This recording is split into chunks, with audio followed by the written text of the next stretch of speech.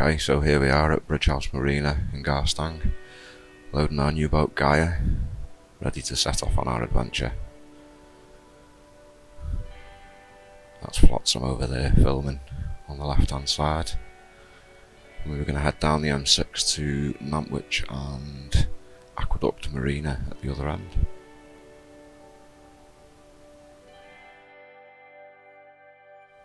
I have to say as well, Bridge House Marina did a fantastic job of getting us loaded up efficiently and out of there within about an hour of us arriving. Excellent job, lads, thanks.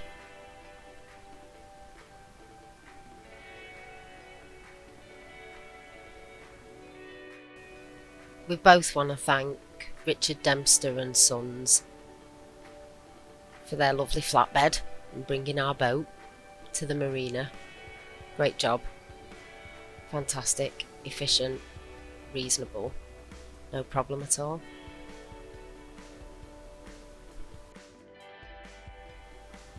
A little bit damp and overcast when we arrived at Aqueduct. But as you can see, they came out and rallied and got on with it straight away.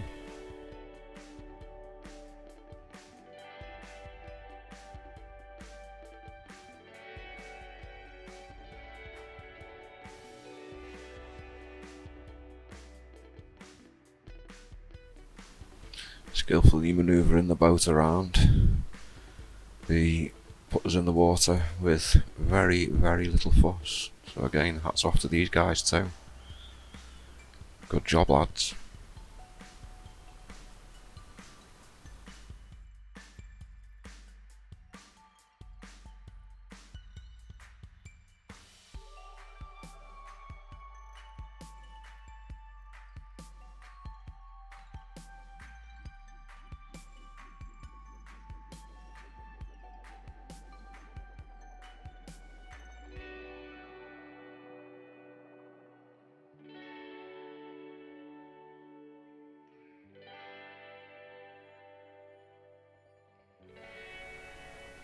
Finally on the cut.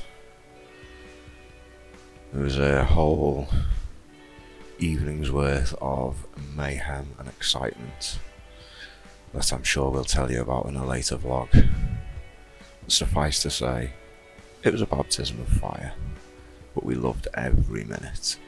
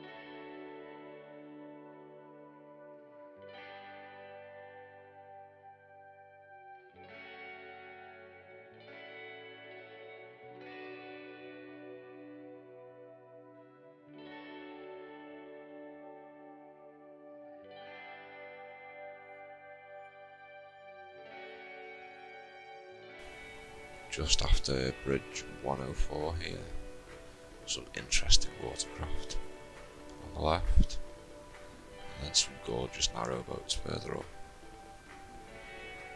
Still a beautiful autumn day, not too cold, nice and dry. Weather gods have been kind so far. I love seeing old working boats. This still painted, probably from about maybe, I don't know, 60s, 70s, 80s. You tell me. She's called Malvern. Built by fellows Morton and Clayton in 1949.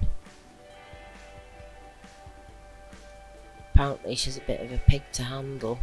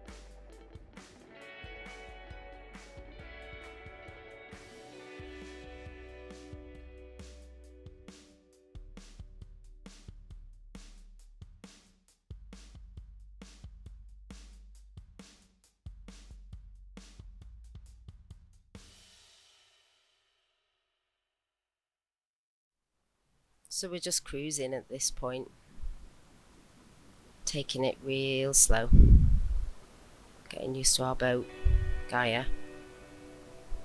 She's been such a long time coming, and we've worked so hard to get here, worked so hard to finally relax. But this journey, it's been a bit of a baptism. Even though a small one, we're coming up to our first set of locks. Bunbury staircase, I believe. We're in the depths of autumn here. Big skies, as you can see. Not too cold. And so far, our boat's just perfect.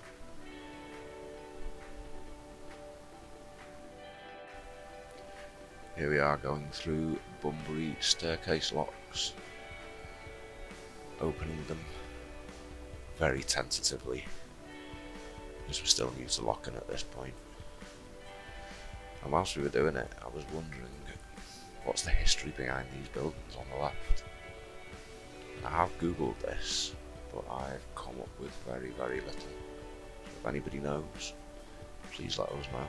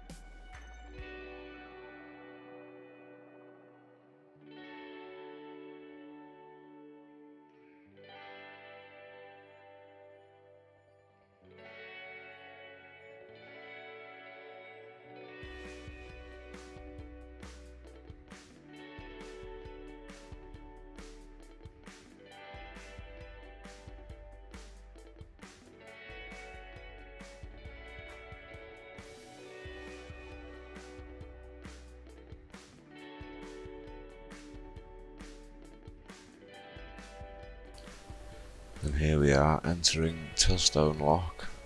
I start limping.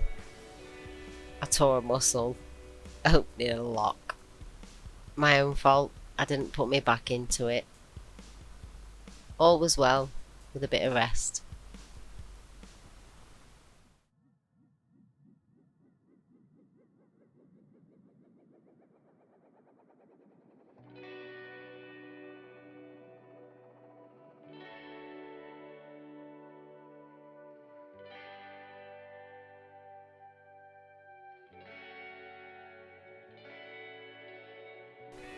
As you can see, I'm still moving very slowly and carefully at this point, still getting used to the controls on the boat, because with the vintage Calvin we've obviously not got a standard forward and reverse system. Two wheels, one that operates the throttle and one that operates forward and reverse gears, so whilst getting used to these, I'm taking things nice and slowly.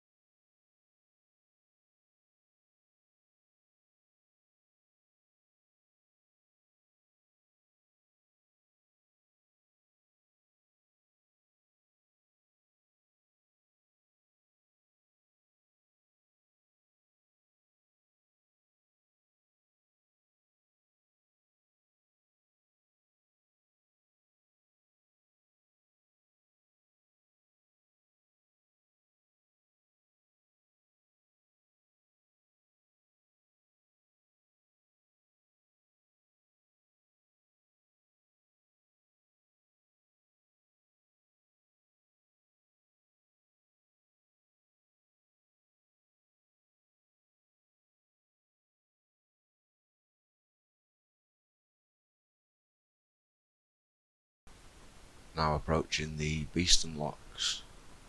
This is the first of the two, the stone lock. The iron lock, which we came to after this, was quite interesting. But at this one, a very helpful lady on the right barely opened the gate enough for me to squeak through. I promise we didn't touch on either side.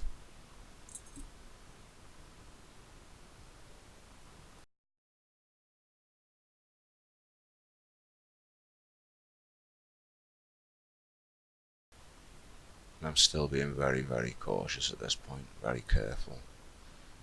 Taking me time with the controls so as not to get into any sticky situations. All going well so far. Flotsam looking rather nonchalant on the left here.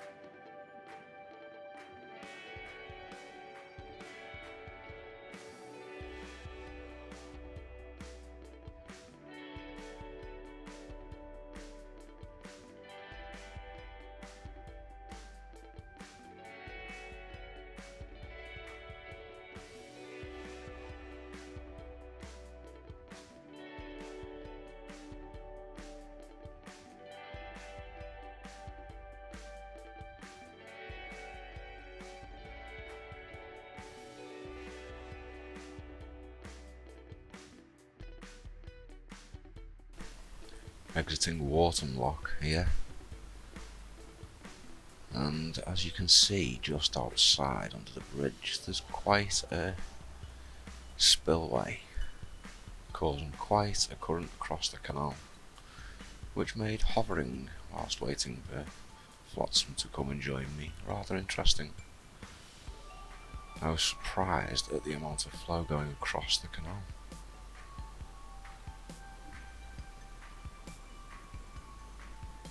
It's a lovely example though of the stonework that makes our canals so beautiful. I will never ever tire of looking at the workmanship that's gone into creating these wonderful waterways.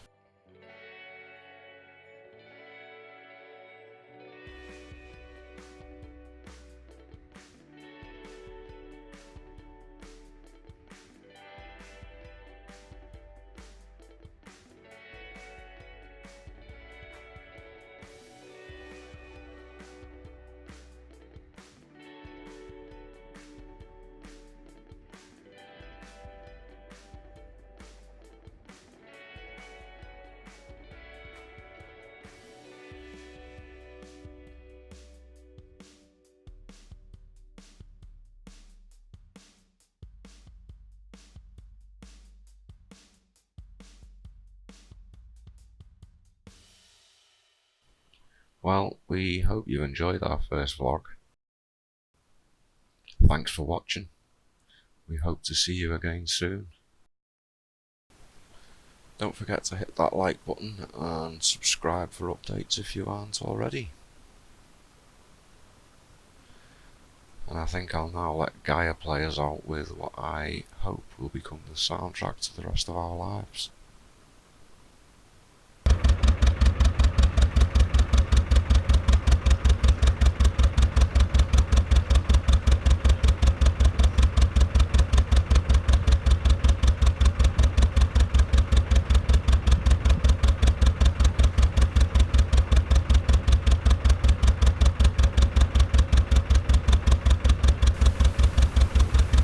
At this point, before closing, we just want to say thank you to Michelle and Mark. Mark supplied us with our lovely reindeer, who currently remains nameless.